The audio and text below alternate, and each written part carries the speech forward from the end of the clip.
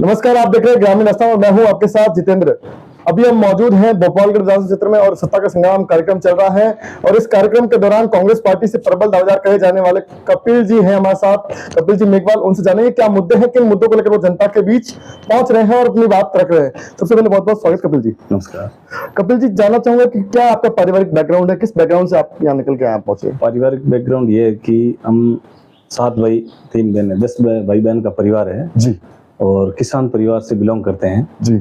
और मैं 10th 12th हूँ जी। और परिवार में सब किसान परिवार से बिलोंग करते हैं। खेती का काम कार्य है जी।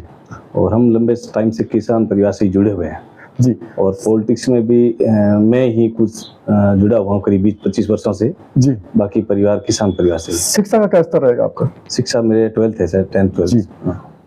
कपिल जी, जानना चाहूंगा राजनीति में आना कैसा, कब राजनीति में एंट्री? राजनीति माना मेरा ये हुआ था कि ये हमारे जो रिजर्व हुई थी सीट जी, परिसीमन से पहले मदेना साहब महिपाल जी ने यहाँ से चुनाव फाइट किया था जी। तो उस टाइम क्या है कि मैं भी युवा जवान था, मेरा भी वोटर्स लग रहा था जी। तो मैं भी मेरे गांव वाले लोगों के साथ यहाँ प्रचार प्रसार के लिए आया था जी। और मैंने यहाँ उनकी मीटिंगें वगैरह देखी, बहुत अच्छा माहौल था जी। तो मेरा भी क्या है कि उनके प्रति थोड़ा मानस हो गया यार। मैंने कहा यार, अपन भी पॉलिटिक्स में आ जाए जी। ऐसा करके मैं कांग्रेस से, मेरा परिवार शुरू कांग्रेस ही था, मदेना परिवार से बिलोंग करा था जी।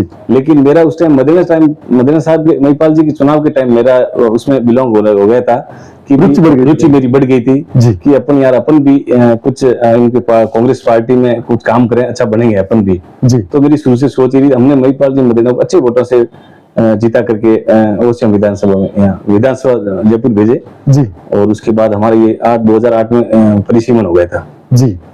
तो अब क्या प्रमुख आधार है, किस आधार पर आपको पार्टी टिकट दे और आपको भोपालगढ़ विधानसभा सीट पर दाव खेले? मेरा प्रमुख दावेदार यह है कि मैं लंबे टाइम से कांग्रेस पार्टी से, जैसे कांग्रेस सेवादल संगठन से, कांग्रेस कमेटी से जी, यूथ कांग्रेस से और लंबे टाइम से मैं कार्य कर रहा हूँ जी।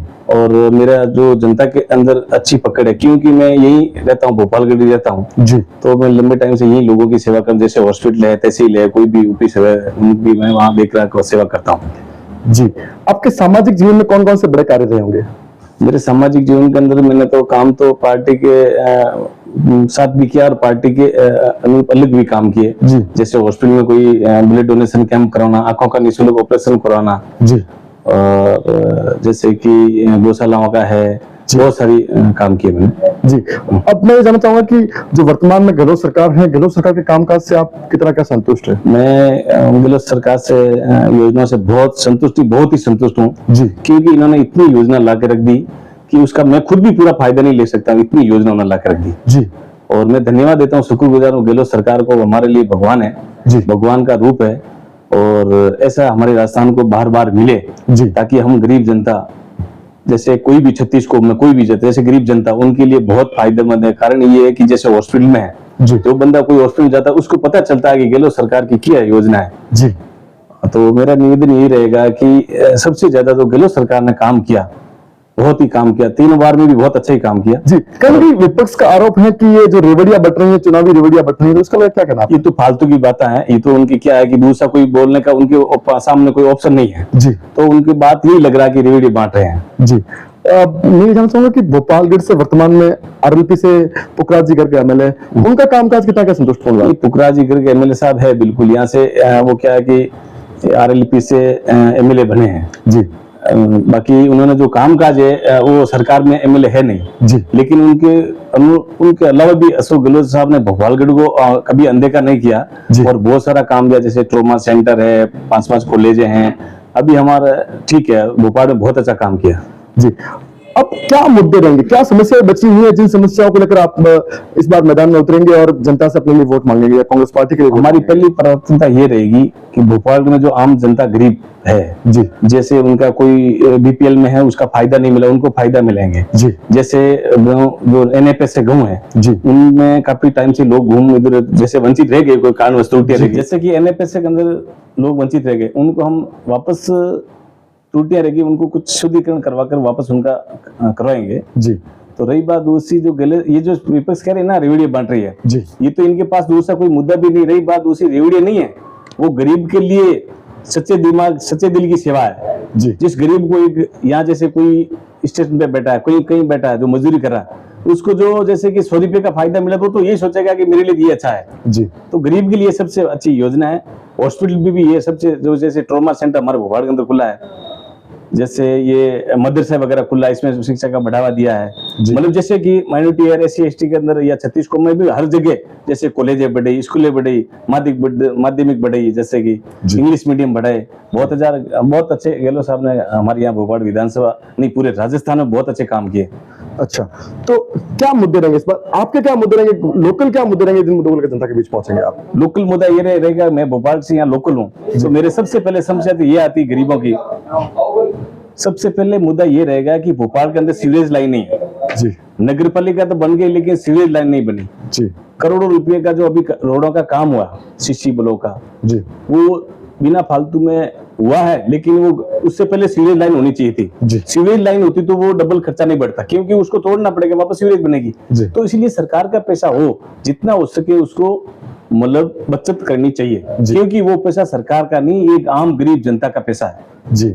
तो उसके अलावा क्या प्रमुख मुद्दे रहेंगे? शिक्षा को लेकर क्या आपका शिक्षा के अंदर जो हमारे जैसे B.Ed कॉलेज बंद है जी। तो हमने प्रयास भी किए और भी करेंगे और उसको खुलाएंगे, उसको बढ़ाकर खुलाएंगे चाहे कुछ भी हो जी। और हमारे क्षेत्र ग्रामीण क्षेत्र में भी ऐसे जैसे 4-5 कॉलेज है, हम उनको भी बढ़ावा देंगे जी। जैसे बड़े गांव इस तरह आसोप है, उसमें भी हम और भी मतलब जैसे कि लड़कियों का है, इनका जो भी बच्चों का है, इनका जो B.Ed इस तरह में है, जो भी है इनको जो बढ़ावा देंगे जी। तो मैं ये जानना चाहूंगा कि क्या अगर पार्टी ने आपके ऊपर दाव नहीं खेला तो क्या आप थर्ड फ्रंट की ओर जाने की सोचेंगे? नहीं, हम क्या है कि थर्ड फ्रंट की ओर नहीं जाने वाले, हम गहलोत साहब को छोड़ने वाले नहीं है। कारण क्या है कि हमारे लिए वो भगवान है गरीबों के। कपिल जी, क्या मुद्दे रहेंगे, किन मुद्दों को लेकर अगर पार्टी आपके ऊपर दाव खेलती है तो क्या मुद्दे रहेंगे, किन मुद्दों को लेकर जनता के बीच आप पहुंचेंगे? मेरा असल मुद्दा यही रहेगा कि शिक्षा, हॉस्पिटल, रोडें हैं जी। जैसे ग्रामीण क्षेत्र के अंदर रोडें नहीं बनी हुई, जैसे बड़ी रोड से जुड़ाव करना जी, नेशनल हाईवे से। तो जैसे बिजली है, जैसे गाँव के अंदर बिजली भी अभी बहुत समस्या आ रही है जी। जैसे बिजली को भी सही ढंग से उसको दुरुस्त करके सही कराना जी। और रही उसके बाद जैसे कि गांव ग्रामीण क्षेत्र के अंदर रोजगार नहीं है जी, जैसे कि इंडस्ट्रियल एरिया डेवलप करवाना जी सरकार द्वारा, क्योंकि अभी बेरोजगारी बहुत बढ़ी हुई है जी। और शिक्षा के स्तर में भी जैसे ग्रामीण क्षेत्र के अंदर पंचायत द्वार जैसे कि ट्यूशन सेंटर सरकार द्वारा खुलवाने की हम पूरी मंशा करेंगे, क्योंकि ग्रामीण क्षेत्र जो बहन बेटी आने के लिए जैसे हमारा मुख्यालय भोपालगढ़ पड़ता है, आने जाने में परेशानी होती है क्योंकि प्राइवेट बस वाले मनमानी करते हैं। तो सरकार के अंदर जो हम परिवहन विभाग से भी ये निवेदन करके हम रोडवेज भी ज्यादा से ज्यादा बढ़ाएंगे और उनको महत्व देंगे कि भी हमारे जैसे कैसे भी करके ज्यादा से ज्यादा हमारे क्षेत्र में भोपाल के जो चारों तरफ जाल बिछा हुआ रोडों का, जैसे नेशनल हाईवे नागौर है, यहाँ से खियूसर है, जोधपुर है, भिलाड़ा है, मेड़ता है, इनसे जोड़ करके ज्यादा से ज्यादा रोडवेज परिवहन बसें लगाई जाए। उसके अलावा भी हमारे ग्रामीण क्षेत्र के अंदर जैसे पशुओं के लिए गौशाला भी है, उनके लिए चिकित्सालय भी होनी अति आवश्यक है। जैसे कबूतरों के लिए पानी का जो भी है, हमारी जितना हो सके हम प्रयास करेंगे, जैसे कि शिक्षा, रोजगार, बहन बेटी, गाय, पशु जो भी है, उन सब के लिए हमारा दिमाग के अंदर यही रहेगा कि हम 5 साल के अंदर जितना भी हो सके उनको कवर करने में जितना बजट है उनको गरीब जनता और इनके ऊपर लगाने की कोशिश करेंगे। कपिल जी, आप अंत में हमारे चैनल के माध्यम से क्या अपील करना चाहेंगे भोपालगढ़ की जनता से? हम अंत में भोपाल जनता से अपील यही करना चाहते हैं कि जो हमारे मन में है गरीब और आम छत्तीस कौम के प्रति, वो मालिक आपके प्रति पूरी करें और हमें एक बार मौका दें कांग्रेस पार्टी से भोपाल विधानसभा से 2023 में जी। ये थे हमारे साथ कपिल जी मेघवाल, जिनका मानना है कि अगर पार्टी अगर मुझे मौका देती है तो मैं विकास कार्यों की लड़ी लगा दूंगा, लेकिन देखना है कि अगर पार्टी इनके ऊपर कितना भरोसा करती है और जनता कितना इसके ऊपर विश्वास करती है और जनादेश मिलता है, ये तो आने वाला वक्त बताएगा। ऊंट किस करवट बैठेगा देखने वाली बात होगी। अभी के लिए बस इतना ही। देखते रहे ग्रामीण राजस्थान, सत्ता का संग्राम। मिलते हैं किसी और प्रत्याशी के साथ। अभी के लिए बस इतना ही।